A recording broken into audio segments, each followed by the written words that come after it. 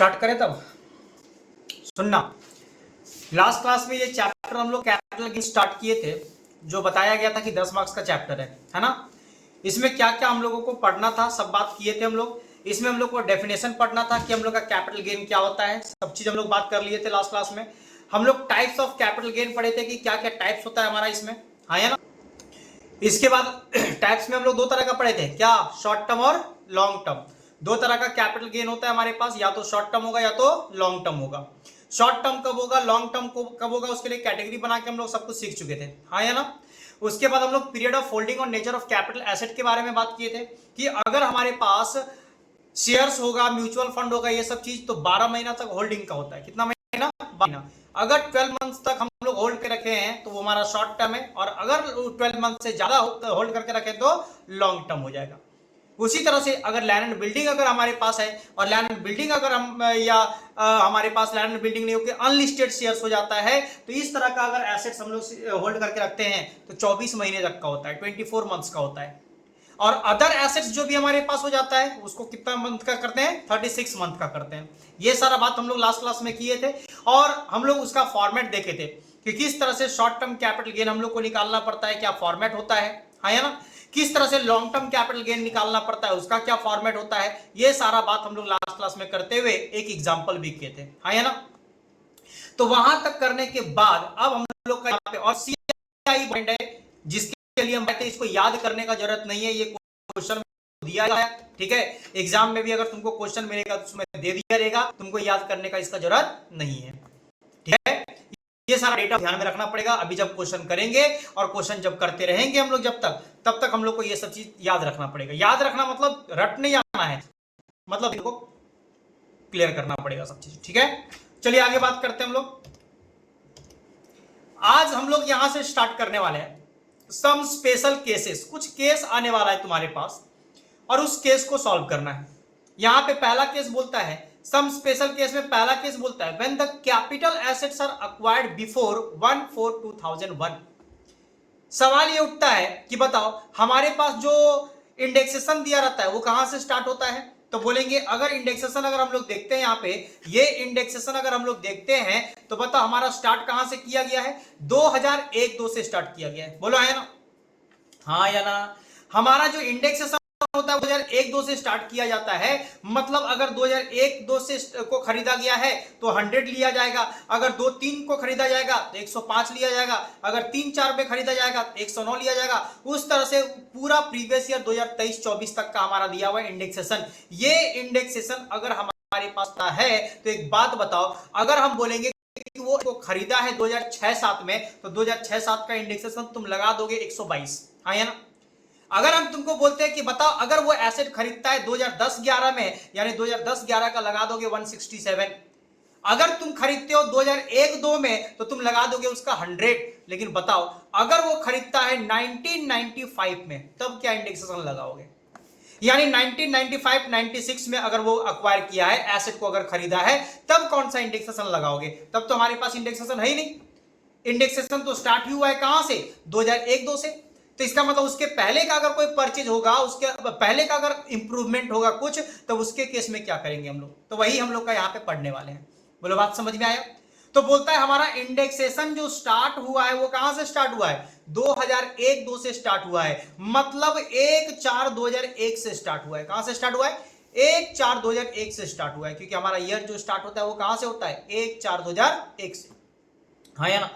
तो बोलता है यहां पे देखो लिखा हुआ है कि if capital assets are acquired before 1401, अगर 2001 के पहले अगर कोई खरीदा गया एसेट तो उसका इंडेक्सेशन तो हमारे पास है नहीं, तो उस केस में हम लोग क्या करेंगे, बोला then cost of acquisition will be taken as the higher of actual cost of acquisition and fair market value as on 1/4/2001।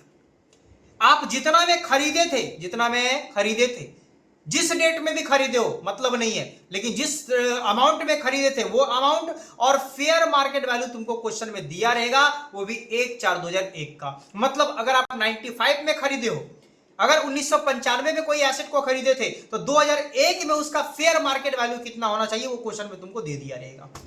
अगर तुम मान लेते कि 95 में तुम खरीदे थे उसको 5 लाख रुपया में, कितना में खरीदे थे, 5 लाख में खरीदे थे, तो इसका मतलब 2001 में उसका वैल्यू कितना है, फेयर मार्केट वैल्यू को क्वेश्चन में तुमको दे दिया रहेगा, या तो 8 लाख रुपया, या तो 9 लाख रुपया, 10.5 लाख रुपया, जो भी बोलेगा क्वेश्चन में तुमको गिवन होगा। तो वो वाला वैल्यू और कॉस्ट ऑफ एक्विजिशन दोनों में जो ज्यादा अमाउंट होगा वो अमाउंट हम लोग को लिखना पड़ेगा, हायर ऑफ उस अमाउंट को, higher of cost of acquisition और फेयर मार्केट वैल्यू दोनों में जो ज्यादा होगा उस अमाउंट को लेना पड़ेगा, और वही हमारा कॉस्ट ऑफ एक्विजिशन बन जाएगा। वही क्या बन जाएगा, कॉस्ट ऑफ एक्विजिशन बन जाएगा। आई बात समझ में? ये कब किया जाएगा, जब आप खरीदोगे कोई भी एसेट को, कब, 1/4/2001 के पहले। अगर उससे बाद खरीदोगे तब इसको इग्नोर करना है, तब अगर फेयर मार्केट वैल्यू दिया रहेगा तो उसको इग्नोर करना है। क्यों? क्योंकि फेयर मार्केट वैल्यू का जरूरत पड़ेगा कब, अगर आप खरीदे हो 1/4/2001 के पहले। समझ में आया? तो ये बात हम लोग को जानना है। और हम लोग इंप्रूवमेंट भी तो किए होंगे। मान लेते कि 1995 में हम खरीदे थे और 1997 में कुछ इंप्रूवमेंट किया गया है। अगर हम लोग उस टाइम घर बनाए थे तो उस टाइम सिर्फ ग्राउंड फ्लोर था, हम उसमें क्या किए, 1997 में हम उसमें फर्स्ट फ्लोर भी ऐड कर दिए। तो बताओ, ये जो तुम इंप्रूवमेंट कर रहे हो वो 1/4/2001 के पहले कर रहे हो कि बाद में कर रहे हो, पहले कर रहे हो। तो बोलता है अगर कोई भी इंप्रूवमेंट आप करते हो 1/4/2001 के पहले तो इसको इग्नोर करना पड़ेगा। क्या करना पड़ेगा, इग्नोर करना, इसको टोटली इग्नोर कर देना पड़ेगा तुमको। आया समझ में? मतलब अगर तुम 1/4/2001 के बाद अगर कोई इंप्रूवमेंट करते हो तब तो उसको कंसीडर करेंगे, लेकिन उसके पहले का कोई भी इंप्रूवमेंट आप यहां पे कंसीडर नहीं कर सकते, उसको क्या करना पड़ेगा, इग्नोर करना पड़ेगा। बोलो बात समझ में आया? तो इस तरह से हम लोग 3 केस पढ़ने वाले हैं, 3 केस हम लोग पढ़ेंगे और बस हमारा ये चैप्टर में खत्म हो जाएगा। फिर उसके बाद एग्जाम्पशन के बारे में बात करेंगे, क्योंकि आपके पास ज्यादा कुछ पूछा नहीं जाता है, 2-3 तरह का केस पूछा जाता है और बस वो चीज हम लोग को जानना है यहाँ पे। बोलो बात समझ में आया? तो चलो पहले एक बार इसको कॉपी कर लो, उसके बाद हम लोग क्वेश्चन देखते हैं। क्या ये सबको समझ में आया बात क्या हम बताए? सो अगर कोई भी एसेट्स को तुम 1/4/2001 के बाद खरीदते हो तब तो कोई टेंशन ही नहीं है, क्योंकि इसके बाद का हमारे पास इंडेक्सेशन दिया रहता है। अगर लॉन्ग टर्म कैपिटल गेन होता है तो, अगर हमारे शॉर्ट टर्म तब तो इंडेक्सेशन, लेकिन अगर लॉन्ग टर्म हो जाता है तो वहां पे हम लोग को इंडेक्सेशन का जरूरत पड़ता है। और इंडेक्सेशन के लिए हम लोग जानते हैं कि 2001 के बाद आपको परचेज करना पड़ेगा, उसके पहले का परचेज अगर आप करोगे तो उसका इंडेक्सेशन हमारे पास नहीं है। तो अगर आपको ऐसा केस हो जाता है, अगर कोई खरीदा होगा 1/4/2001 के पहले, तब क्या करेंगे, तो बोलता है आपका 1/4/2001 का आपके पास फेयर मार्केट वैल्यू क्वेश्चन में दिया रहेगा, आप उस वैल्यू को देखो और जितना में आप खरीदे हो उस वैल्यू को देखो, दोनों में जो ज्यादा वैल्यू होगा उसी को हम लोग कॉस्ट ऑफ एक्विजिशन पकड़ेंगे। अगर मान लेते कि तुम खरीदे थे 10 लाख रुपए में, कितना में खरीदे थे, 10 लाख रुपए में, लेकिन 1/4/2001 में यानी आगे चल के उसका वैल्यू जब देखा गया तो पता चला कि उसका वैल्यू घट चुका है, 8 लाख रुपया बचा हुआ है। कितना, 8। तो बोलता है 10 लाख और 8 लाख दोनों में हायर कौन सा है, 10 लाख है, तो 10 लाख हम लोग को कॉस्ट ऑफ एक्विजिशन लेना पड़ेगा। आया समझ में? बट ज्यादातर ऐसा देखा गया है कि कैपिटल एसेट का जो वैल्यू होता है वो हमेशा इंक्रीज करते जाता है। क्या करते जाता है, इंक्रीज करते जाता है। इसीलिए जितना में तुम खरीदे थे और जितना का तुम्हारा फेयर मार्केट वैल्यू है, हमेशा फेयर मार्केट वैल्यू जो होता है वो क्या होता है, ज्यादा होता है। समझ में आया? आइए एक बार क्वेश्चन देखते हैं किस तरह का बात होगा। अच्छा, कोई भी इंप्रूवमेंट होगा तो उसको इग्नोर करना पड़ेगा। क्या करना पड़ेगा, इग्नोर।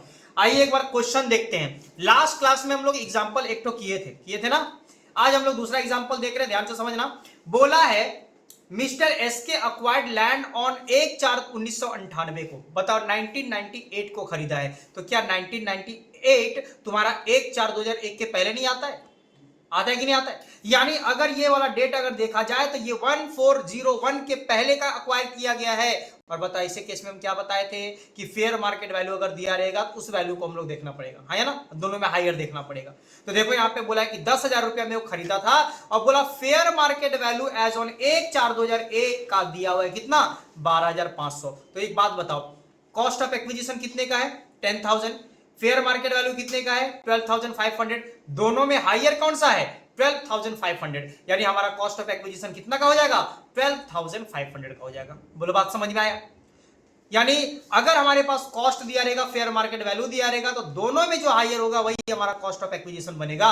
तो दोनों में हायर कौन सा है, 12,500 है, यानी यही हमारा कॉस्ट ऑफ एक्विजिशन बन जाएगा। ठीक है, फॉर्मेट में जब हम लोग पुट करेंगे तो वहां पे कॉस्ट ऑफ एक्विजिशन की जगह 10,000 नहीं, वहां पे 12,500 लेना पड़ेगा। ठीक है, आगे बोला है कि 1/4/2023 को, यानी 2023-24 जो हमारा प्रीवियस ईयर है, उसमें बोला ही सोल्ड सच लैंड, वो लैंड को बेच दिया कितना रुपया में, 4,40,000 रुपया में, जिसमें ब्रोकरेज है आपका 1% का सेल्स वैल्यू के ऊपर, और बोला कैपिटल गेन आप यहां पे कैलकुलेट करके बताइए। आई बात समझ में? तो एक बात समझ के चलो, क्वेश्चन को हम यहाँ पे थोड़ा सा साफ सुथरा कर देते हैं। और एक बात बताओ कि ये तुम्हारा जो एसेट का नेचर होगा वो कौन सा नेचर होगा, शॉर्ट टर्म या लॉन्ग टर्म? बोलेंगे ये हमारा एसेट कौन सा है, लैंड है। खरीदा कब गया था, 1998 में। बेचा कब जा रहा है, 2023 में। तो बताओ इसका हमारा लॉन्ग टर्म नेचर का है कि शॉर्ट टर्म नेचर का है, लॉन्ग टर्म। क्योंकि हम लोग का 3 ही कैटेगरी था, एक था 12 महीना वाला, एक था 24 महीना वाला, एक था 36 महीना वाला। क्लियर चीज? तो बताओ ये हमारा 36 महीना में भी आता, वैसे आएगा ये हमारा 24 महीना में, क्योंकि बिल्डिंग है, लैंड वाला है। और लैंड वाला हमारा कौन सा कैटेगरी में आता है, सेकंड कैटेगरी में आता है, जहां पे 24 महीना वाला बात होता है। बोलो समझ में आया? तो आपको शेयर, आपको यहाँ पे एसेट का नेचर जानना पड़ेगा कि कौन सा नेचर का है, कौन सा कैटेगरी में आता है। ये हमारा 12 महीना का कैटेगरी में आता है कि 24 महीना वाला कैटेगरी में आता है कि 36 महीना वाला कैटेगरी में आता है। जिस कैटेगरी में आएगा उसके अकॉर्डिंग काम करना पड़ेगा। समझ में आया? और ये तो 3 साल क्या है, तो बहुत साल हम लोग का आगे है, बहुत साल हम लोग होल्ड करके रखे उसके बाद बेच रहे हैं। मतलब नेचर से ही पता चल रहा है कि हमारा लॉन्ग टर्म नेचर का है। आया समझ में? यानी यहाँ पे फॉर्मेट हम लोग को लॉन्ग टर्म वाला काम करना पड़ेगा और उसके अकॉर्डिंग यहाँ पे काम करेंगे। बोलो समझे? अभी तुम लोग कॉपी मत करना, क्योंकि क्वेश्चन भी तुम लोग को कॉपी करना है, इसीलिए पहले ध्यान से देख लो किस तरह से क्या क्या करने वाले हैं। ठीक है, पहले यहाँ पे हम सॉल्व करके बताते हैं तुम लोग को। लास्ट क्लास वाला तुम लोग एक बार कॉपी पलट के देखो, तब तक लास्ट क्लास हम जब तक फॉर्मेट बनाते हैं तब तक लास्ट क्लास वाला पलट के देखो। लास्ट क्लास वाला क्या देखना है पता है ना, वो फॉर्मेट, लॉन्ग टर्म का फॉर्मेट एक बार देखो किस तरह का है। चलिए फॉर्मेट हमारा रेडी है। तो उसके पहले क्या लिखना पड़ेगा, डेट ऑफ परचेज। बताओ क्वेश्चन में डेट कब किया गया परचेज करने का, 1/4/1998। तो यहां पे जाके लिखेंगे डेट ऑफ परचेज क्या, 1/4/1998। ठीक है। एंड बताओ डेट ऑफ सेल लिखेंगे, कब सेल किया जा रहा है, तो बोलेंगे डेट ऑफ सेल। बताना क्वेश्चन में सेल कब कर रहा है, बोल रहा है 1/4/2023 को सेल कर रहा है। तो ठीक है, यहां पे लिखेंगे 1/4/2023। तो बताओ इसका पीरियड ऑफ होल्डिंग जो होगा वो मोर देन 24 मंथ्स होगा कि लेस देन 24 मंथ्स होगा, मोर देन 24 मंथ्स होगा। तो बोलेंगे देयरफॉर हम लोग यहां पे बोलेंगे कि पीरियड ऑफ होल्डिंग जो हमारा होगा, पीरियड ऑफ होल्डिंग जो हमारा होगा वो होगा more than 24 months, more than 24 months. बोलो है ना? और अगर मोर देन 24 मंथ्स है तो दैट इज, बताओ इसका नेचर क्या हो जाएगा, that is long term capital asset. Gain नहीं बोलेंगे, अभी तो एसेट के बारे में पता चल रहा है। तो ये जो एसेट का नेचर पता चल गया वो कौन सा एसेट है, लॉन्ग टर्म कैपिटल एसेट है। बोलो समझ में आया? अब जब नेचर पता चल गया कि ये लॉन्ग टर्म कैपिटल एसेट है तो अब इसका फॉर्मेट बनाना पड़ेगा। अब क्या करना पड़ेगा, फॉर्मेट बनाना पड़ेगा और फॉर्मेट में जाके पुट करना पड़ेगा। ठीक है, चलिए तो अब हम लोग यहां पे काम करेंगे। क्या करेंगे, अब यहां पे लिखेंगे कंप्यूटेशन फॉर, जो लिखा जाता है ना, कंप्यूटेशन फॉर क्या, टैक्सेबल। अब लॉन्ग टर्म पता चल गया है तो कैपिटल यहां पे लिखेंगे long term capital gain, long term capital gain है ना। बाय, बताओ नाम क्या है इसका, यहां पे लिखेंगे मिस्टर एस के लिखा हुआ है तो लिखेंगे बाय मिस्टर एस के। और बताओ हमारे पास ये लिखा जाता है for the assessment year, for the assessment year 2024-25। हमारा असेसमेंट ईयर क्या चल रहा है, 2024-25, relating to the previous year. ये आपको याद रखना पड़ेगा किस तरह से लिख रहे हैं। So relating to the previous year, ये हम लोग स्टार्टिंग से ही पढ़ रहे हैं सब चीज, है ना। सैलरी चैप्टर से इस तरह का लिखना स्टार्ट किए हम लोग, relating to the previous year 2023-24। Clear चीज? तो हमारा करंट ईयर जो चल रहा है, प्रीवियस ईयर जो चल रहा है वो 2023-24 है, असेसमेंट ईयर हमारा 24-25 है। क्लियर चीज? अब बताओ हमारा फॉर्मेट में कहां से स्टार्ट होता है, बोलेंगे सर फॉर्मेट हमारा होता है फुल वैल्यू ऑफ कंसीडरेशन से। कहां से, अरे बोलो ना, फुल वैल्यू ऑफ कंसीडरेशन, जिसको हम लोग सेल्स वैल्यू भी बोला जाता है, बोला है ना। तो फुल वैल्यू ऑफ कंसीडरेशन कितना में बेच रहे हैं, बताओ क्वेश्चन में क्या बोला है, कितना में सेल कर रहा है, 4,40,000 में बेच रहा है, बोला है ना। उस लैंड को कितना में सेल कर रहा है, 4,40,000 में। तो यहां पे जाके लिखेंगे फर्स्ट कॉलम में 4,40,000। बोलो बात समझ में आया? फॉर्मेट अगर तुम देखे हो, फॉर्मेट अगर तुमको पता है तो यहां से सबसे पहले लेस किया जाता है expenses on sales. Expenses on sale, जिसको ब्रोकरेज भी बोला जाता है। बोलो समझ में आया। और देखो यहाँ पे क्वेश्चन में बोला है कि ब्रोकरेज आपका 1% का है सेल्स वैल्यू पे। कितना परसेंट? 1% का है। तो बताओ यहाँ पे जो हम लोग लिखेंगे वो क्या लिखेंगे? सेल्स वैल्यू पे, यानी 4,40,000 रुपए का सेल्स है, उसी के ऊपर 1% अप्लाई कर देंगे, यानी 4,400 रुपए का हमारे पास निकल जाएगा एक्सपेंसेस ऑन सेल। बोलो बात समझ में आया, जिसको ब्रोकरेज एक्सपेंस भी बोलते हैं। अब बताओ इसमें से इसको माइनस कर देते तो हमारे पास क्या निकल जाता है? ये निकल जाता है net value of consideration. Net value of consideration. तो बस फॉर्मेट आपको पता होना जरूरी है, और फॉर्मेट लंबा चौड़ा कुछ है नहीं, बस छोटा सा फॉर्मेट है आपका, है ना। हाउस प्रॉपर्टी से तो कम ही है। सबसे बड़ा फॉर्मेट था हमारा सैलरी का फॉर्मेट, है ना, जिसमें बहुत कुछ लिखना पड़ता था। उससे कम मिला हम लोग को हाउस प्रॉपर्टी में, जिसमें लेट आउट प्रॉपर्टी को तो लेट आउट वाला लगा देंगे, और सेल्फ ऑक्युपाइड रहेगा तो सेल्फ ऑक्युपाइड वाला लगा देंगे। इसमें तो और सस्ता है हमारे पास, और कम है, बस 3 ही 4 पॉइंट आपके पास आता है ना। पहले फुल वैल्यू ऑफ कंसीडरेशन लिखो, वहां से एक्सपेंस को माइनस कर दो तो तुम्हारे पास नेट वैल्यू आ जाएगा। वहां से 2 चीज आपको माइनस करना पड़ता है, कॉस्ट ऑफ एक्विजिशन और कॉस्ट ऑफ इंप्रूवमेंट। अगर लॉन्ग टर्म है तो इंडेक्सेशन, और अगर हमारा शॉर्ट टर्म है तो खाली कॉस्ट ऑफ एक्विजिशन, है ना। तो फॉर्मेट में ज्यादा कुछ होता नहीं है। बताओ इसको माइनस करते हैं अगर, तो 4,40,000 में से 4,400 को अगर माइनस करेंगे तो ये आ जाएगा 435,600, यानी 4,35,600 रुपए निकल गया। बोलो समझ में आया। तो ये निकल गया हमारा नेट वैल्यू ऑफ कंसीडरेशन। अब यहां से हम लोग को 2 चीज माइनस करना पड़ता है, लेकिन जरूरी नहीं कि तुम्हारे सब कुछ तुम्हारे पास क्वेश्चन में दिया ही रहेगा। कॉस्ट ऑफ एक्विजिशन होना ही है, लेकिन इंप्रूवमेंट हो भी सकता है और नहीं भी हो सकता है। लास्ट क्लास में भी बताया गया था ये चीज। तो आइए हम लोग पहला चीज माइनस करते हैं, यहाँ पे एक ही चीज ICOA, यानी इंडेक्स्ड कॉस्ट ऑफ एक्विजिशन। और बताओ इंडेक्स कॉस्ट ऑफ एक्विजिशन हम लोग यहाँ पे लेंगे, हाँ है ना। अब सवाल उठता है, ये आपको पता है इंडेक्सेशन किस तरह से लगाया जाता है, फॉर्मूला आपको बताया गया है। तो अगर फॉर्मूला लिख के हम बताते हैं तो लिखो, यहाँ पे देख देते हैं, कॉस्ट ऑफ एक्विजिशन, हाँ है ना, इनटू ऊपर होता है CII। अरे बोलो ना, ऊपर में क्या होता है? इंडेक्सेशन। कौन सा ईयर का होता है? ट्रांसफर का, सेल करने का। और नीचे जो होता है CII, कौन सा ईयर का होता है? एक्विजिशन का, हाँ है ना। तो यहां पे सवाल यही उठता है कि अगर तुम कॉस्ट ऑफ एक्विजिशन यहां पे लिख भी देते हो, अगर तुम यहां पे 10,000 रुपया लिख देते हो, कितना रुपया? 10,000 रुपया लिख देते हो, तो मान लेते हैं यहां पे, सुनना ध्यान से, भी कोई कॉपी मत करना। यहां पे अगर हम 10,000 रुपया लिख भी देते हैं तो बताओ ऊपर में इंडेक्सेशन होता है तुम्हारा करंट ईयर का, जिस साल में बेच रहे हो उस साल का, 2023-24 का। और 2023-24 का इंडेक्सेशन कितना का होता है? 348।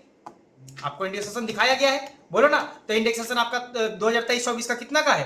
348। तो ये इंडेक्सेशन लगाना पड़ेगा, और जिस साल में तुम खरीदे हो उस साल का इंडेक्सेशन लगाना पड़ेगा। बताओ यहाँ पे जो तुम खरीदे हो वो खरीदे कब हो? 1998 में। क्या 98 का तुम्हारे पास इंडेक्सेशन है? नहीं है। तो इसीलिए तो आप ये वाला काम नहीं कर सकते, मतलब वहां पे 10,000 नहीं लिख सकते। तो वहां पे क्या लिखना पड़ेगा? इन दोनों में हायर। इन दोनों में हायर कौन सा है? 12,500। और 12,500 कब का वैल्यू है? 1/4/2001, यानी 2001-2 का है। कौन सा है? 2001-2 का है। आया समझ में? तो इसीलिए यहां पे क्वेश्चन में क्या करना पड़ेगा? 10,000 नहीं लिखना पड़ेगा, 10,000 और 12,500 में जो हायर है वो वाला वैल्यू लिखना पड़ेगा, मतलब 12,500 लिखना पड़ेगा। और इसका इंडेक्सेशन जो होता है वो कितना होता है? 100 होता है। बोलो समझ में आया? आप जाके चेक कर सकते हो। देखो यहाँ पे हमारे पास जो 1-2 का इंडेक्सेशन होता है कितना होता है? 100 होता है, यानी यहीं से स्टार्ट ही होता है हमारे पास इंडेक्सेशन का। बोलो बात समझ में आया? क्लियर चीज? तो एक बात बताओ ना, तुम इंडेक्सेशन अगर लिख रहे हो 2001-2 का, तो प्राइस तुम 1998 का तो लिख नहीं सकते हो। जिस डेट का तुम इंडेक्सेशन लिखोगे उसी डेट का तुमको प्राइस लिखना पड़ेगा। बोलो है ना? अब बताओ यहां पे तुमको यहां पे निकालना है, जो यहां पे देखो तुम्हारे पास ये जो 10,000 था वो कब का था? 98 का था।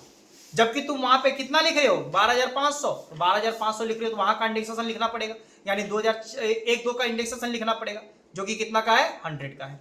समझ में आया? तो इस तरह से हम लोग यहाँ पे कैलकुलेट करेंगे। और बताओ इसका वैल्यू कितना आता है? बोलेंगे 12,500 इंटू करते हैं 348 और डिवाइड करते हैं 100, तो आता है 43,500। कितना आता है? 43,500। तो यहाँ पे फर्स्ट कॉलम में नहीं लिख के डायरेक्टली इसको लिख देते हैं यहाँ पे 43,500। बोलो बात समझ में आया कि नहीं आया? हाँ या ना?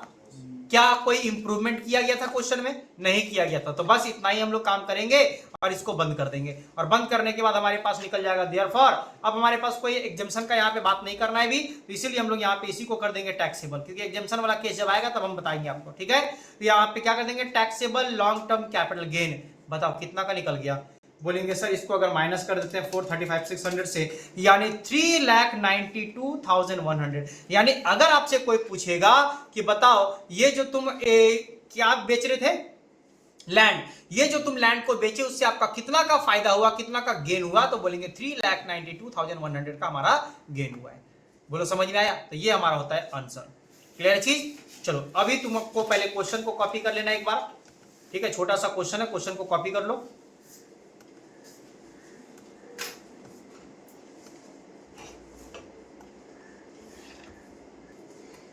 चलो क्वेश्चन कॉपी हो गया तो फिर सॉल्यूशन को कॉपी करना है। यहां से स्टार्ट होता है सॉल्यूशन आपका। चलो कॉपी करो।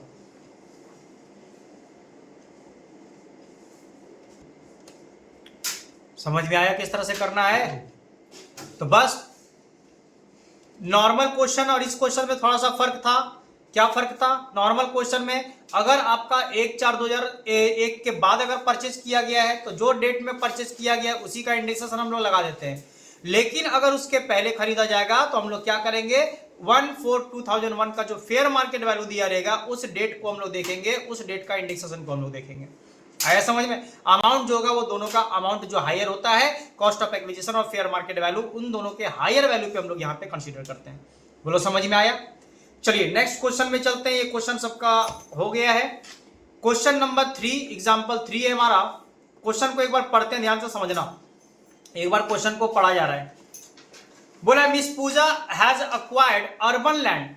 अर्बन लैंड, रूरल नहीं है, अर्बन मतलब कैपिटल एसेट है वो। अरे बोलो ना, हम बताए थे फर्स्ट क्लास में ही, लास्ट क्लास में ही बताया गया था क्या कि आपका 3 चीज को एसेट नहीं माना जाता है। किसको किसको नहीं माना जाता है? स्टॉक इन ट्रेड को, पर्सनल मूवेबल एसेट को और agricultural land in rural area को। लेकिन अगर तुम अर्बन लैंड खरीदते हो, अर्बन एरिया में अगर तुम लैंड खरीदते हो तो उसको तो कैपिटल एसेट मानेंगे हम लोग, है ना? तो बोलता है miss Pooja has acquired urban land on 1/4/89 को, 1/4/89 को फॉर ₹8 लाख। तो बताओ ये डेट को देख के ही गया हमारे पास कि ये 2001 पहले खरीदा गया है, और अगर पहले खरीदा गया है इसका मतलब हम लोग को फेयर मार्केट वैल्यू का जरूरत पड़ा। बोलो आया ना? देखो सबसे लास्ट में कहीं पे ना कहीं दिया होगा, देखो फेयर मार्केट वैल्यू यहाँ पे दे दिया हुआ है तुम्हारे पास सच प्रॉपर्टी का 1/4/2001 में कितना रुपया? 9 लाख रुपया। मतलब जिसको खरीदा गया था 89 में 8 लाख रुपया में, उसका 1/4/2001 में उसका वैल्यू कितना का है? 9 लाख रुपये का है। तो हम लोग देखेंगे 8 लाख और 9 लाख में जो ज्यादा होगा, कौन सा ज्यादा है? 9 लाख। तो हम लोग 9 लाख लेंगे। बोलो समझ में आया? और इसी डेट का इंडेक्सेशन हम लोग को लगाना पड़ेगा। कोई दिक्कत? बोला C incurred improvement expenditure as on, वो यहाँ पे एक्सपेंडिचर किया इंप्रूवमेंट के लिए। बोला 1/7/1997 में ये कितना का इंप्रूवमेंट करवाई थी? 2 लाख रुपए का। 8/2005 में इंप्रूवमेंट हुआ है 3 लाख रुपए का। बोला as on 1/9/2023 miss Pooja sold such property for 30 lakh. कितना में बेच दी? 30 लाख रुपए में बेच दी, और उसमें ब्रोकरेज दिया हुआ है 2% का जो वो पेड कर रही है। फेयर मार्केट वैल्यू दिया हुआ है और कैपिटल गेन हम लोग को निकालना है। बोलो समझ में आया? तो इस क्वेश्चन में इंप्रूवमेंट वाला भी काम कर रहा है हम लोग को। हाँ है ना? इंप्रूवमेंट कितना बार हो रहा है? 2 बार। इंप्रूवमेंट कितना बार हो रहा है? 2 बार। एक बार हुआ 97 में और एक बार हुआ 2005 में। इसका मतलब एक बात बताओ, अभी लिखवाया गया था नोट में, लिखवाया गया था कि अगर कोई भी इंप्रूवमेंट आपका 1/4/2001 के पहले होता है तो उसको इग्नोर किया जाता है। बोलो लिखवाया गया है कि नहीं? यहां पे ये पॉइंट लिखवाया गया था कि कोई भी इंप्रूवमेंट अगर आप करते हो 1/4/2001 के पहले का तो उसको क्या किया जाएगा? इग्नोर किया जाएगा। अभी जो एग्जांपल 1 नंबर किए थे उसमें हमारा कोई इंप्रूवमेंट नहीं था। अरे बोलो ना, अभी जो इस एग्जांपल को किए थे एग्जांपल नंबर 2, इसमें कोई इंप्रूवमेंट नहीं था, इसलिए कोई केस यहाँ पे नहीं आया उसका। लेकिन बताओ अभी जो हम लोग एग्जांपल करने वाले 3 नंबर, इसमें तो हमारा इंप्रूवमेंट है, और इंप्रूवमेंट आपका एक पहले वाला भी है, एक तो बाद वाले भी है। बोलो समझ में आया? 1/4/1 के पहले का भी है, 1/4/1 के बाद का भी है। तो पहले वाले को इग्नोर करेंगे और बाद वाले को कंसीडर करेंगे। बोलो बात समझ में आया? तो एक बार फॉर्मेट, ये क्वेश्चन को कॉपी करो, क्वेश्चन को एक बार कॉपी कर लो।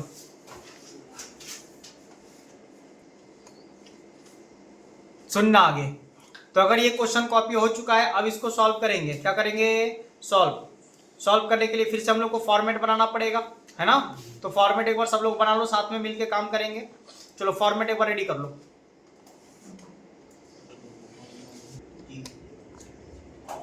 तो क्या लिखा जाएगा? डेट ऑफ परचेज, परचेज किया गया 1/4/81 में, सेल किया गया 1/9/23 में। मतलब देख के ही पता चल रहा है कि हमारा लॉन्ग टर्म नेचर का है। तो period of holding more than 24 months, 24 महीना से ज्यादा है, इसलिए लॉन्ग टर्म कैपिटल एसेट होगा।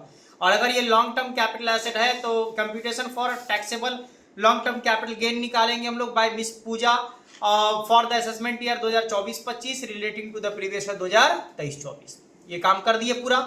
और ये काम करने के बाद उसके बाद हम लोग का काम स्टार्ट हो जाएगा, मेन काम। बताओ क्या होता है हमारा? सबसे पहले क्या लिखा जाता है? Full value of consideration. बोलो। तो यहां पे लिखते चलो, साथ में लिखते चलो, फुल वैल्यू ऑफ कंसीडरेशन। बताओ, यानी फुल वैल्यू ऑफ कंसीडरेशन में कौन सा अमाउंट लिखा जाता है? सेल्स का अमाउंट लिखा जाता है। किसका? सेल्स का। बताओ कितना में सेल किया गया है? 30 लाख में सेल किया जा रहा है। तो यहां पे जाके फर्स्ट कॉलम में लिख देंगे 30 लाख। ठीक है। और यहां से ब्रोकरेज को माइनस किया जाता है तो लेस कर देंगे। यहां से ब्रोकरेज अगर दिया हुआ है तो ब्रोकरेज को ब्रोकरेज भी लिख सकते हो, या तो एक्सपेंसेस ऑन सेल भी लिख सकते हो। एट द रेट, बताओ कितना परसेंट बोला गया है? 2% बोला गया है, तो एट द रेट 2% कर देंगे। बताओ सेल्स के ऊपर अप्लाई किया जाता है, मतलब 30 लाख के ऊपर अगर 2% मार देंगे तो कितना आता है? बोलेंगे 30 लाख इंटू 2% करेंगे तो 60,000 निकल के आता है, यानी 60,000 यहाँ पे लेस कर देंगे। क्लियर चीज?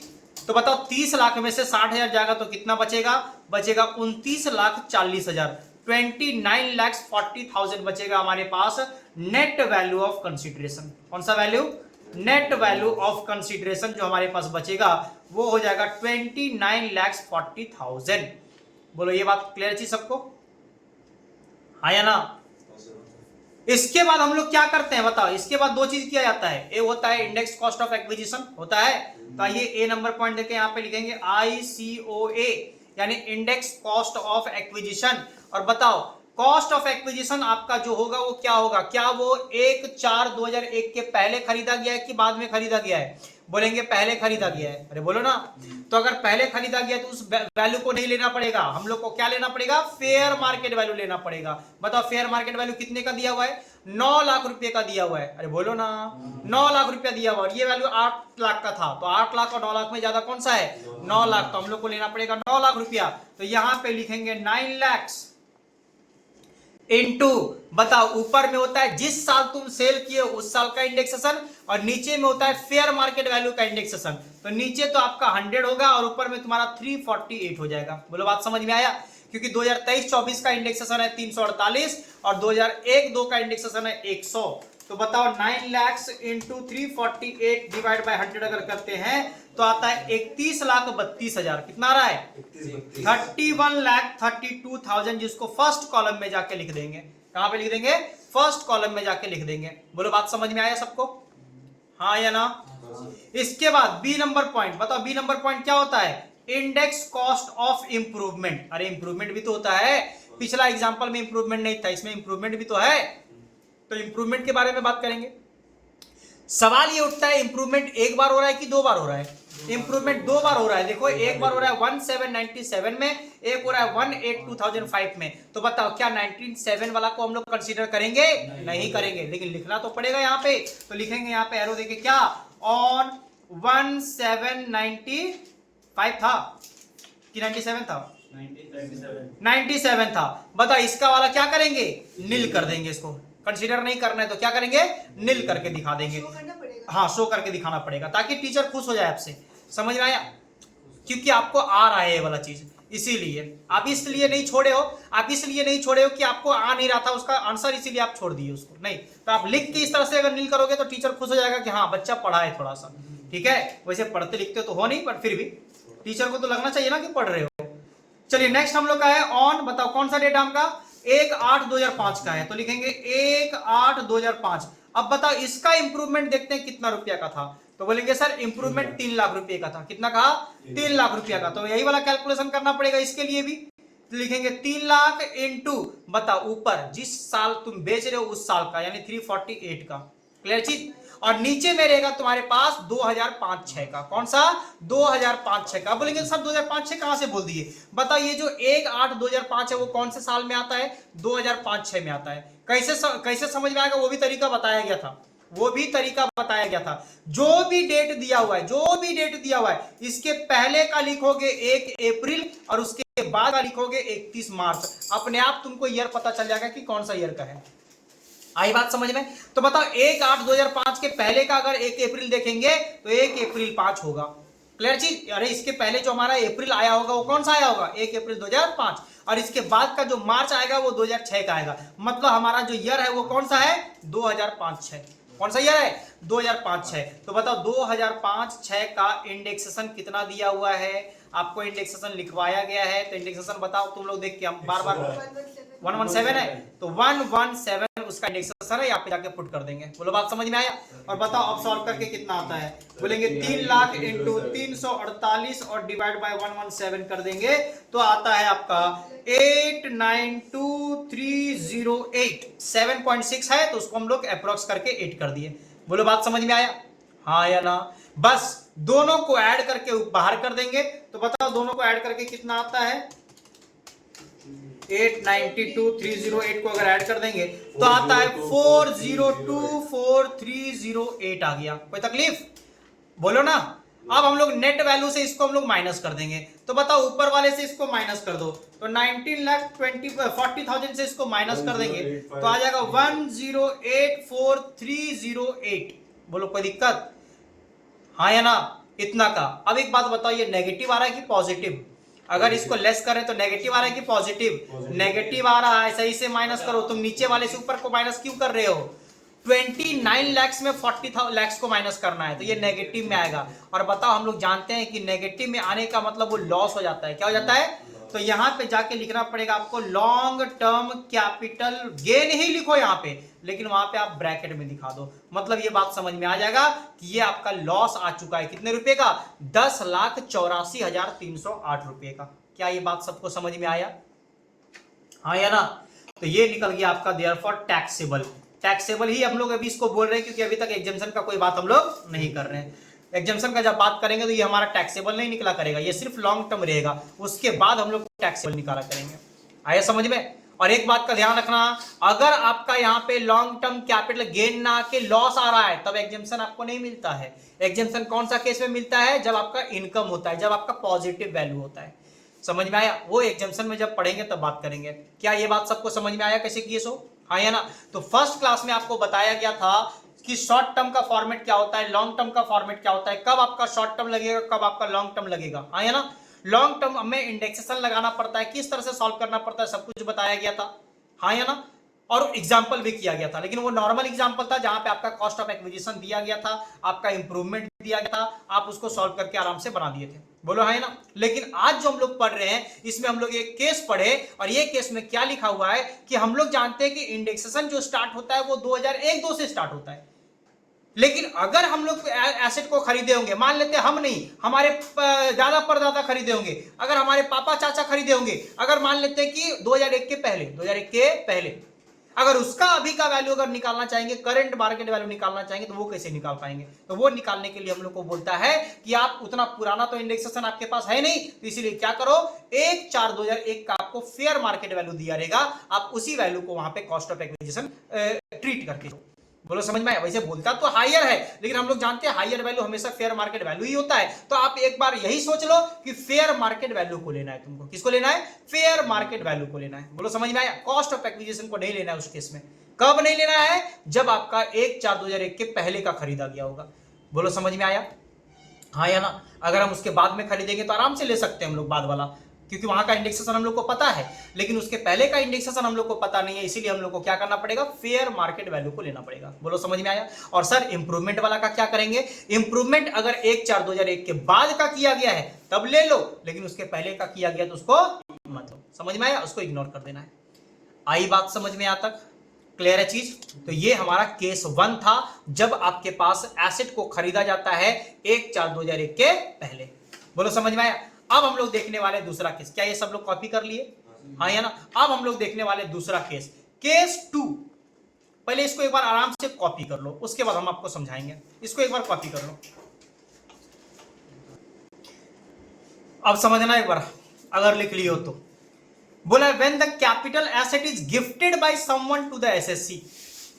जब कोई तुमको गिफ्ट कर रहा है, एसएससी मतलब जो अपना टैक्स का कैलकुलेशन कर रहा है, ठीक है, अगर उसको कोई और गिफ्ट कर रहा है अगर एसेट, तो उस केस में क्या करेंगे? एक बात बताओ, सुनो, इस चीज को समझने से पहले हम तुमको एक बार यहाँ पे कहानी समझाते हैं। सुनो एक बार ध्यान से, सब लोग इस कहानी को सुने एक बार बढ़िया सा। हम क्या बता रहे हैं, एक है मिस्टर एक्स। कौन है? Mister x.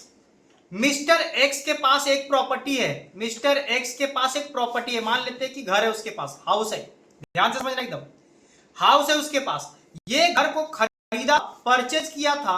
कब परचेज किया है? 1995 में परचेज किया है। कब परचेज किया है? 1995 में परचेज किया है। आई बात समझ में? ये उस घर में रह रहा है, रह रहा है, रह रहा है, बहुत साल तक वो रहा। और उसके बाद अब इसका मन कर गया कि मेरा एक बहुत ही जिगरी दोस्त है जिसका नाम है मिस्टर वाई। जिसका नाम क्या है? Mister Y. ये क्या कर रहा है? मिस्टर एक्स का कहीं पे जॉब लग गया, कहीं पे जॉब लग गया, या तो फॉरेन चला गया काम करने के लिए, या तो जॉब लग गया फॉरेन में और वो इंडिया को छोड़ के बाहर चला गया। समझ में आया?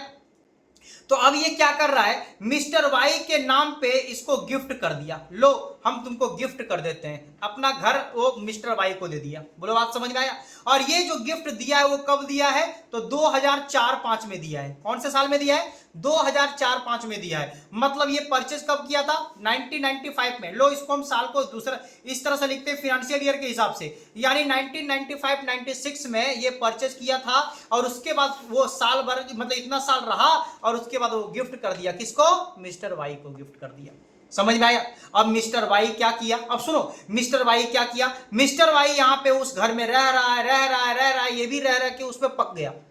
अब बोला कि ना, इस घर में मेरा गुजारा होने वाला नहीं है, अब हम दूसरा घर खरीदना चाहते हैं, दूसरा घर खरीदना चाहते हैं, लेकिन इस घर को जब तक बेचेंगे नहीं हमारे पास पैसा आ नहीं पाएगा।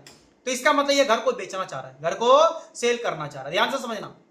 तो मिस्टर वाई क्या कर रहा है? मिस्टर वाई जो है वो मिस्टर जेड के पास एसेट को बेचने का कोशिश कर रहा है। और वो भी कितना में बेचने का? ये मान लेते परचेज जो किया था वो 10 लाख रुपया में परचेज किया था। कितना में? 10 लाख रुपया में परचेज किया था।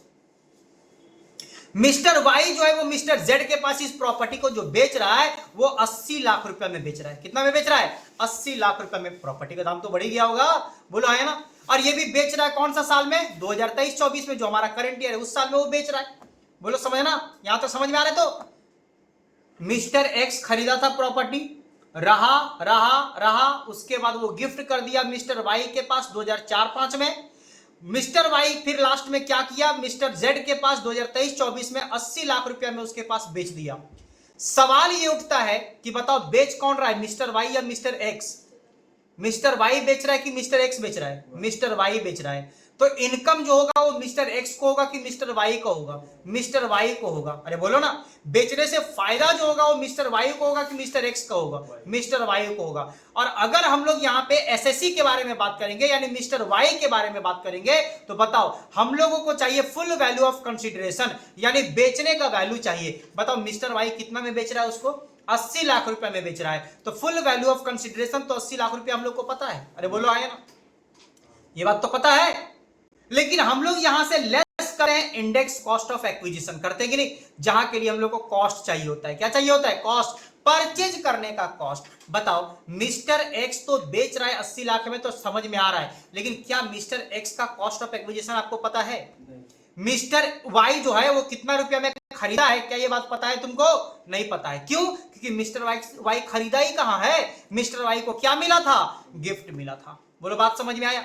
तो सर इसका मतलब जब मिस्टर वाई को कुछ भी नहीं पता, यानी मिस्टर वाई उसको खरीदा ही नहीं है, तो इसका मतलब मिस्टर वाई के लिए कॉस्ट ऑफ एक्विजिशन कितना हो जाएगा? नील। और अगर आप इस तरह से नील दिखा दोगे तो हम आपका फायदा कितना का हो गया? 80 लाख रुपए का। यही ना बोलोगे? इसका मतलब 80 लाख रुपए का फायदा हो जाता है तुमको, तो 80 लाख रुपए पे टैक्स देना पड़ेगा। ये बात मानते हो कि नहीं मानते हो? बोलो हाँ या ना? जितना का हमारा गेन हो रहा है उस गेन वैल्यू पे आपको टैक्स देना पड़ेगा कि नहीं देना पड़ेगा? यानी आपका टैक्सेबल वैल्यू तो उस हिसाब से 80 लाख रुपया हो जाएगा। आप तो मर जाओगे। बोलो 80 लाख रुपया पे टैक्स देने जाएंगे? एक तो मेरा घर था नहीं, घर हम दूसरा से लिए थे, ऊपर से बेचे 80 लाख रुपया आ गया और 80 लाख रुपया पे हमको टैक्स देना पड़ रहा है। तो बोला नहीं, ऐसा केस नहीं होगा। बताओ, हम एक बात बताए थे तुमको लास्ट क्लास में ही कि तुम्हारा दो चीज का होना बहुत ही जरूरी है। एक फुल वैल्यू ऑफ कंसिडरेशन यानी सेल्स वैल्यू होना जरूरी है, कितना में बेच रहे हो, और एक होना चाहिए कॉस्ट ऑफ एक्विजिशन यानी कितना में खरीदे हो, उसका होना जरूरी है। तो यहां पे बोलता है कि तुमको गिफ्ट दिया गया है अगर किसी के द्वारा, तो तुम्हारे लिए उसका कॉस्ट ऑफ एक्विजिशन कुछ नहीं होगा। अरे तुमको जो गिफ्ट दिया था वो तो कहीं ना कहीं से खरीदा होगा कि नहीं खरीदा होगा? या वो तो मैन्युफैक्चर किया होगा, बनाया होगा कि नहीं बनाया होगा? तो बोला हाँ वो तो बनाया था, तो बोलो मिस्टर वाई एक्स से पूछो एक बार। मिस्टर वाई को बोला जा रहा है मिस्टर वाई सुनो, तुम एक बार मिस्टर एक्स से फोन लगा के पूछो कि इस घर को तुम जो खरीदे थे वो कितना में खरीदे थे। तो बताओ मिस्टर एक्स क्या बोलेगा, हम इस घर को कितना में खरीदे थे, 10 लाख रुपया में खरीदे थे। कब खरीदे थे, 1995 देते थे। बोलो बात समझ में आया। तो सवाल ये उठता है कि जब हम लोग यहां पे मिस्टर वाई का केस करेंगे, यानी in the books of mister Y के बारे में बात करेंगे, कैलकुलेशन हम लोग मिस्टर वाई का करेंगे, तो उस केस में कॉस्ट ऑफ एक्विजिशन आपका तो दिया हुआ नहीं रहता है, तो जो पिछले ओनर का जो पिछला मालिक था उसका जो कॉस्ट ऑफ एक्विजिशन होगा उसी को ट्रीट किया जाएगा एसएससी का कॉस्ट ऑफ एक्विजिशन। बोलो बात समझ में आया। मतलब मिस्टर वाई के लिए कॉस्ट ऑफ एक्विजिशन कितना मान लिया जाएगा, ये 10 लाख रुपया मान लिया जाएगा। आया समझ में। और इंडेक्सेशन भी कहां से लगाया जाएगा, जहां पे वो खरीदा था वहां से इंडेक्सेशन लगाया जाएगा। बोलो बात समझ में आया कि नहीं आया, हाँ ये ना। तो यही कहानी के बेस पे हम लोग को सारा काम करना है। और दूसरा बात इंप्रूवमेंट के बारे में बात लेते हैं। बताओ इंप्रूवमेंट तो वही बात कि अगर 1/4/2001 के पहले का होगा तो हम लोग इसको इग्नोर करेंगे, है ना। लेकिन अगर उसके बाद का होगा और उस बाद का अगर है, और अगर दोनों लोग अगर इंप्रूवमेंट किया है तो किसका लेंगे, पिछला वाला का लेंगे या बाद वाला का लेंगे, यानी मिस्टर एक्स का लेंगे या मिस्टर वाई का लेंगे। जैसे देखो ये खरीदा कब था, 95-96 में। उसके पास गिफ्ट कब दिया था, 2004-5 में। लेकिन गिफ्ट देने से पहले ये घर को 2002-3 में बनाया था, कुछ इसमें खर्चा किया था, इंप्रूवमेंट किया था, समझ में आया। इसमें बालकनी नहीं था तो बालकनी लगवाया था, इंप्रूवमेंट किया। इसमें एक ही तल्ला था तो 2 तल्ला बनाया था। अरे कुछ भी इंप्रूवमेंट होगा वो इंप्रूवमेंट किया था उसमें। बोलो बात समझ में आया। तो बताओ ये इंप्रूवमेंट 2003 का है और मिस्टर वाई भी इसमें कुछ इंप्रूवमेंट किया है। मान लेते हैं कि मिस्टर वाई जो है वो 2015-16 में इंप्रूवमेंट किया था 5 लाख रुपए का। कितने का किया था, 5 लाख रुपए का इंप्रूवमेंट ये किया। और जो मिस्टर एक्स किया था वो 2 लाख रुपए का इंप्रूवमेंट उसमें किया था। बोलो समझ में आ रहा है यहां तक, हाँ या ना। और मिस्टर जो एक्स है वो सिर्फ एक ही बार इंप्रूवमेंट नहीं किया था, वो 2 बार इंप्रूवमेंट किया था। वो एक बार 1998 में भी इंप्रूवमेंट किया था 1 लाख रुपया। कितने का, 1 लाख रुपया का। ध्यान से समझना। तो बताओ क्या ये 1997-98 वाला इंप्रूवमेंट के बारे में बात करेंगे, नहीं करेंगे, क्योंकि ये 1/4/2001 के पहले का है। क्या इसका बात करेंगे, बोलेंगे कर भी सकते नहीं भी कर सकते, रूल अभी हम लोग को पता नहीं है। क्या इसके बारे में बात करेंगे 5 लाख का, कर भी सकते नहीं भी कर सकते, भी रूल पता नहीं है। रूल पढ़ेंगे तो सबको समझ में आ जाएगा। लेकिन समझना बस इतना, बताओ तुम किसके बुक में काम कर रहे हो, वाई, जो बेचता है उसके बुक में काम करेंगे। तो बेच कौन रहा है, मिस्टर वाई। तो मिस्टर वाई के केस में हम लोग बात कर रहे हैं। Full value of consideration 80 lakh रुपए का। कॉस्ट ऑफ एक्विजिशन पता नहीं है, तो कॉस्ट ऑफ एक्विजिशन जो आपका पिछला ओनर था मिस्टर एक्स का जो कॉस्ट ऑफ एक्विजिशन होगा वही cost of acquisition mister Y का हो जाएगा। बोलो समझ में आया। इंडेक्सेशन भी हमारा उसी तरह से चालू होगा जहां से वहां पे खरीदा गया था उसको। बोलो समझ में आया, हाँ या ना, क्लियर चीज। दूसरा बात, अगर इंप्रूवमेंट के बारे में बात करते हैं तो इंप्रूवमेंट दोनों का कंसीडर किया जाता है, यानी पिछला ओनर अगर इंप्रूवमेंट करेगा तो उसका भी लेंगे, और अगर करंट या ओनर लेगा किया है तो उसका भी लेंगे। लेकिन वही सारा इंप्रूवमेंट जो 1/4/2001 के बाद का होगा, उसके पहले का कोई इंप्रूवमेंट यहां पे नहीं लिया जाएगा। बोलो बात समझ में आया। अब सुनो, जो कहानी हम तुमको अभी सुनाए हैं उसी कहानी को यहाँ पे लिखा हुआ है, एक बार ध्यान से समझने का कोशिश करो। देखो पहला पॉइंट क्या लिखा हुआ है, if capital asset is gifted by someone to the assessee. अगर एसएससी को, एसएससी यहाँ पे मिस्टर वाई है, एसएससी कौन है, मिस्टर वाई है। अगर किसी से मिस्टर एक्स को पकड़ लो, यानी मिस्टर एक्स से अगर मिस्टर वाई को गिफ्ट मिलता है कोई भी capital asset, then cost of acquisition for previous owner मतलब कौन, मिस्टर एक्स। तो मिस्टर एक्स का जो कॉस्ट ऑफ एक्विजिशन है will be treated as cost of acquisition for the assessee. वही कॉस्ट ऑफ एक्विजिशन ट्रीट किया जाएगा किसके लिए, कॉस्ट ऑफ एसएससी के लिए ट्रीट किया जाएगा। बोलो बात समझ में आया, हाँ या ना। यानी मिस्टर वाई तो गिफ्ट में लिया था तो इसके लिए तो पैसा कुछ दिया नहीं था, आया समझ में। तो इसके लिए कॉस्ट कितना होगा, कॉस्ट तो पता नहीं है, तो कॉस्ट कौन सा माना जाएगा, जो पिछला ओनर का कॉस्ट होगा वही इसको माना जाएगा। बोलो बात समझ में आए। अरे हम लोग छोटे मोटे लोग हैं, हम लोग अगर किसी को गिफ्ट देते हैं तो एक लिफाफा दे देते हैं, फूल दे देते हैं, उसमें एक तो कुछ भर के दे देते हैं 500-600 रुपया का, 1000 रुपया का। बोलो है ना। लेकिन सोचो जो बड़ा बड़ा स्टार लोग है, अगर किसी का शादी होता है तो करोड़ों का एक तो बंगला दे देता है, तो एक तो करोड़ों का कार दे देता है, गिफ्ट होता है कि नहीं। तो बताओ अगर किसी को करोड़ों का कार दे देंगे तो इसका मतलब वो भी उसके लिए एसेट हो जाएगा। अगर उसको घर दे देंगे तो वो भी उसके लिए एसेट है, और वो बोलेगा लास्ट में हम जाके इसको बेच देंगे, हमको जो गिफ्ट मिला है वो जाके बेच देंगे। तो बताओ अगर बेचेगा तो उसको तो गिफ्ट दिया गया था, उसको प्राइस थोड़ी ना पता कि कितना का दिया गया हमको। आया समझ में? न्यूज में हम लोग सुन लेते कि 10 करोड़ का है, 20 करोड़ का है, समझ में आया? तो इसका मतलब ये कि गिफ्ट अगर दिया गया तो उसके लिए तो कोई कॉस्ट नहीं लगा है, लेकिन आप अगर किसी के पास बेचोगे तो आपको पहले पिछले ओनर से पता करना पड़ेगा कि इसका कॉस्टिंग कितना का था। आया समझ में? तो बस उसी तरह से यहां पे एसएससी को पता नहीं है कि उसका कॉस्टिंग कितना का है, तो एसएससी अपना पिछला ओनर से पूछेगा कि बताओ इसका कॉस्ट कितना का है, और वो कॉस्ट ही आपका एसएससी का कॉस्ट कहलाएगा। बोलो बात समझ में आया? हाँ या ना? दूसरा पॉइंट बोला गया है if capital asset is acquired before 141, अरे वही वाला बात, अगर खरीदते हम लोग 141 के पहले का तो हम लोग जानते हैं अगर खरीदा गया 141 के पहले का यानी फेयर मार्केट वैल्यू लिया जाता है। बोलो आया ना? यानी कॉस्ट ऑफ एक्विजिशन और fair market value whichever is higher, जो दोनों में हायर होगा वही वाला वैल्यू लिखेंगे। अरे बोलो ना, अभी तो बात किए थे। यानी अगर खरीदा गया, जैसे यहाँ पे एग्जांपल लिए थे, बताओ कब खरीदा गया था इसको? 95-96 में खरीदा गया था, हाँ या ना? इसका मतलब हम लोग 1/4/2001 का फेयर मार्केट वैल्यू के बारे में बात करेंगे। आई बात समझ में? और नेक्स्ट बोला गया है कि कोई भी इंप्रूवमेंट अगर 1/4/1 के पहले होता है तो इग्नोर करेंगे, जो कि पहले भी बात कर चुके हैं, लेकिन improvement made by previous owner and the assessee both shall be considered, दोनों को कंसीडर करेंगे। आया समझ में? अगर हम लोग का एसएससी करता है या पिछला ओनर अगर कोई इंप्रूवमेंट किया है तो दोनों को कंसीडर करना पड़ेगा इफ मेड आफ्टर 141, क्योंकि 141 के पहले का तो हम लोग इग्नोर करते हैं, लेकिन अगर उसके बाद का होगा तो कंसीडर तो करेंगे। तो कंसीडर सिर्फ एसएससी वाला करेंगे कि उसके पिछले ओनर वाला भी करेंगे? तो दोनों का कंसीडर करेंगे। बोलो ये बात समझ में आया? हाँ या ना? तो अगर तुमको केस समझ में आ गया है तो क्वेश्चन भी अब हम लोग करने वाले हैं इसी के बेसिस पे, जो तुमको समझना पड़ेगा। ठीक है, आइए समझते हैं। यहां पे एग्जाम्पल नंबर 4 पढ़ते हैं, क्वेश्चन को सुनना एक बार। बोला है Deepika has jewellery being gifted on 1/4/2008 bye her friend Ranveer. वाह, समझ में आया? सुनना। तो क्या बोला गया है? दीपिका के पास ज्वेलरी है, वो ज्वेलरी गिफ्ट किया गया है 1/4/2008 में, वो भी किसके द्वारा? उसके फ्रेंड के द्वारा, रणवीर के द्वारा। यानी रणवीर दीपिका को 1/4/2008 में ज्वेलरी गिफ्ट किया है। सुनना ध्यान से, क्वेश्चन को समझना, भावनाओं में डूब मत जाना। समझ में आया? तुम नहीं गिफ्ट किए, तुम रणवीर नहीं हो, जो है वो समझेगा अपना। समझना यहाँ पे बोला है रणवीर सच एसेट्स फॉर ₹70,000। बताओ रणवीर उसको कितना में खरीदा था? 70,000 रुपया में खरीदा था। बात समझ यहाँ पे? बताओ अगर वो दीपिका को गिफ्ट दिया है तो दीपिका के लिए तो जीरो वैल्यू है उसका, बोलो है ना? लेकिन रणवीर के लिए कितना था? 70,000, क्योंकि रणवीर उसको कितना में खरीदा था? 70,000 में खरीदा था, है ना?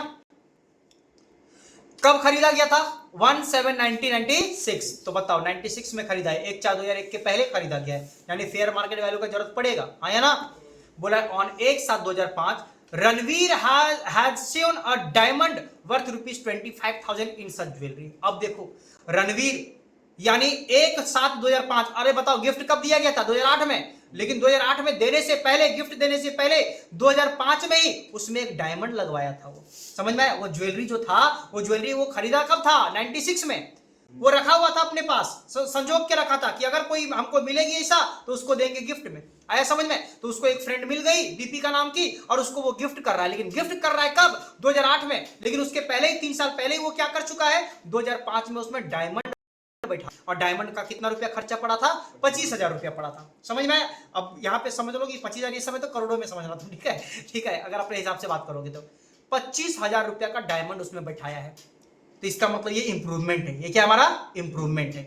बोला है ऑन 3/4/2008, 3/4/2008, क्योंकि देखो यहाँ पे 1/4/8 को उसको गिफ्ट मिला था। कब मिला था? 1/4/2008 को, और ठीक 2 दिन के बाद, ठीक 2 दिन के बाद वो 3/4/2008 को miss Deepika incurred polish expenditure, हो सकता है गंदा हो गया होगा, पुराना हो गया होगा, है ना?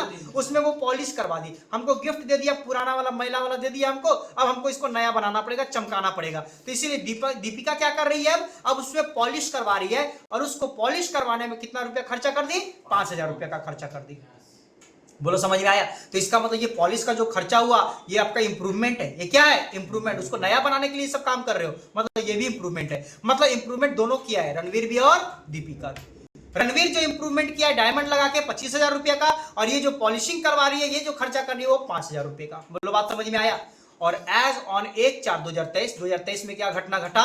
Miss Deepika sold such jewellery for ₹25 lakhs। बताओ दीपिका उस ज्वेलरी मतलब संग संग पूरा डायमंड के साथ, ऐसा नहीं कि डायमंड निकाल के रख ली होगी और बाकी बेच दी होगी है ना, वो पूरा ज्वेलरी को 25 लाख रुपए में बेच दे रही है और ब्रोकरेज % का दिया हुआ है। फेयर मार्केट वैल्यू होना जरूरी है। बोल दिया 1/4/2001 में कितना का दाम था, 2 लाख। मतलब जब वो खरीदा था 90s में तब उसका वैल्यू कितना था, 70,000। लेकिन जब हम लोग फेयर मार्केट वैल्यू के बारे में बात करते हैं 1/2/4/1 में, तो उसका वैल्यू कितना था, 2 लाख रुपए का था। बोलो समझ में आया। और आपको यहाँ पे taxable income from capital gain निकालना है, यहाँ पे कितना का होगा।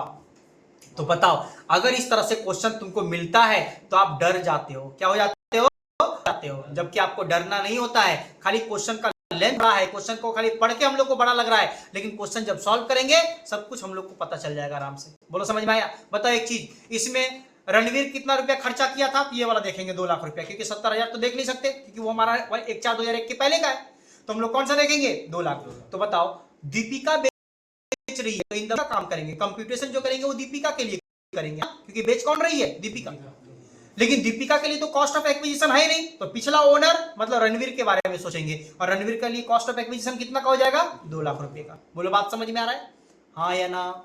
सवाल उठता है क्या कोई ऐसा इंप्रूवमेंट है जो हमारा 1/4/2001 के पहले का है। बोलेंगे नहीं सर, ये जो इंप्रूवमेंट किया है वो 2005 में इंप्रूवमेंट किया था, ये जो इंप्रूवमेंट कर रही है वो 2008 में इंप्रूवमेंट कर रही है, इसका मतलब दोनों 1/4/2001 के बाद का है, तो दोनों को कंसीडर करना पड़ेगा। बोलो हाँ या ना। तो बस क्वेश्चन में खाली ये सब पढ़ना था और सॉल्व कर देना है आराम से। समझ में आया। तो चलो अब एक बार काम करो, क्वेश्चन को कॉपी कर लो, और उसके क्वेश्चन तो कॉपी किए नहीं हो तो क्वेश्चन को एक बार कॉपी कर लो, और उसके बाद हम लोग सॉल्व करेंगे साथ में मिलकर। कॉपी हो गया सबका। चलो फॉर्मेट स्टार्ट करते हैं, लेकिन फॉर्मेट स्टार्ट करने से पहले हम लोग ऊपर का चीज लिख लेंगे, है ना। बताओ क्या क्या लिखा जाता है, लिखो ऊपर में सारा चीज। क्या लिखते हैं, सिंस डेट ऑफ परचेज। बताना डेट परचेज का कब है, परचेज का डेट क्या दिया हुआ है, जो रणवीर खरीदा था कब खरीदा था, 1/7/96 में ना। तो यहां पे जाके लिखेंगे 1796 एंड डेट ऑफ सेल। बताओ सेल कब किया जा रहा है, बोलेंगे देखो यहाँ पे जो सेल कर रही है ये कब बेच रही है उसको 1/4/2023 को, है ना, 1423। तो देयरफॉर बताओ हमारे पास कि पीरियड ऑफ होल्डिंग क्या हो जाएगा,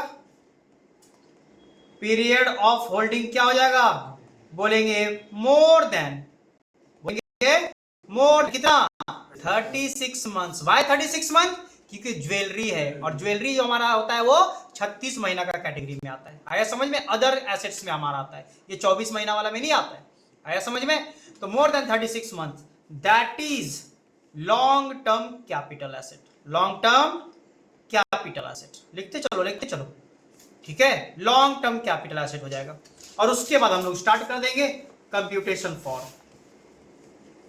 ठीक है, computation for taxable long term capital gain by miss Deepika, क्योंकि यहां पे दीपिका के बारे में बात हो रहा है। रणवीर तो गिफ्ट दिया है, लेकिन यहां पे जो सेल करती है या जो सेल करता है एसएससी, उसके बारे में बात होता है। तो miss Deepika for the assessment year 2024-25 relating to the previous year 2023-24। आया समझ में, क्लियर है बात।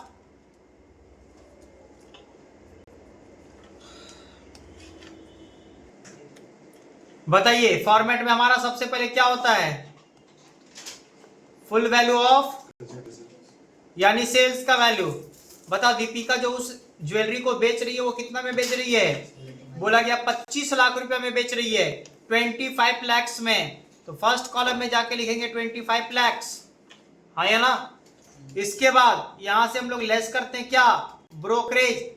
क्वेश्चन में दिया हो तो ठीक, नहीं दिया तो जरूरत नहीं है। तो ब्रोकरेज यहाँ पे दिया हुआ है क्वेश्चन में, देखो 1% ऑफ सेल्स वैल्यू, है ना, यानी यहाँ पे 1% मारेंगे। तो बताओ सेल हमारे पास दिया हुआ है 25 लाख रुपए का, अगर 25 लाख का 1% अगर करते हैं तो 25,000 रुपये निकलता है। 25,000 रुपये अगर 25 लाख से माइनस कर देंगे तो 24,75,000 आता है, जो कि हमारे पास हो गया net value of consideration. Net value of consideration. Consideration का मतलब लॉ में पढ़े होगे, कंसिडरेशन का मतलब something in return, something in return. अगर हम लोग बेच बदले में हमको कुछ मिलेगा तो बदले में जो मिल रहा है उसी को कंसिडरेशन, तो हम बेच रहे हैं तो उससे हम लोग को पैसा मिल रहा है, मतलब सेल्स वैल्यू।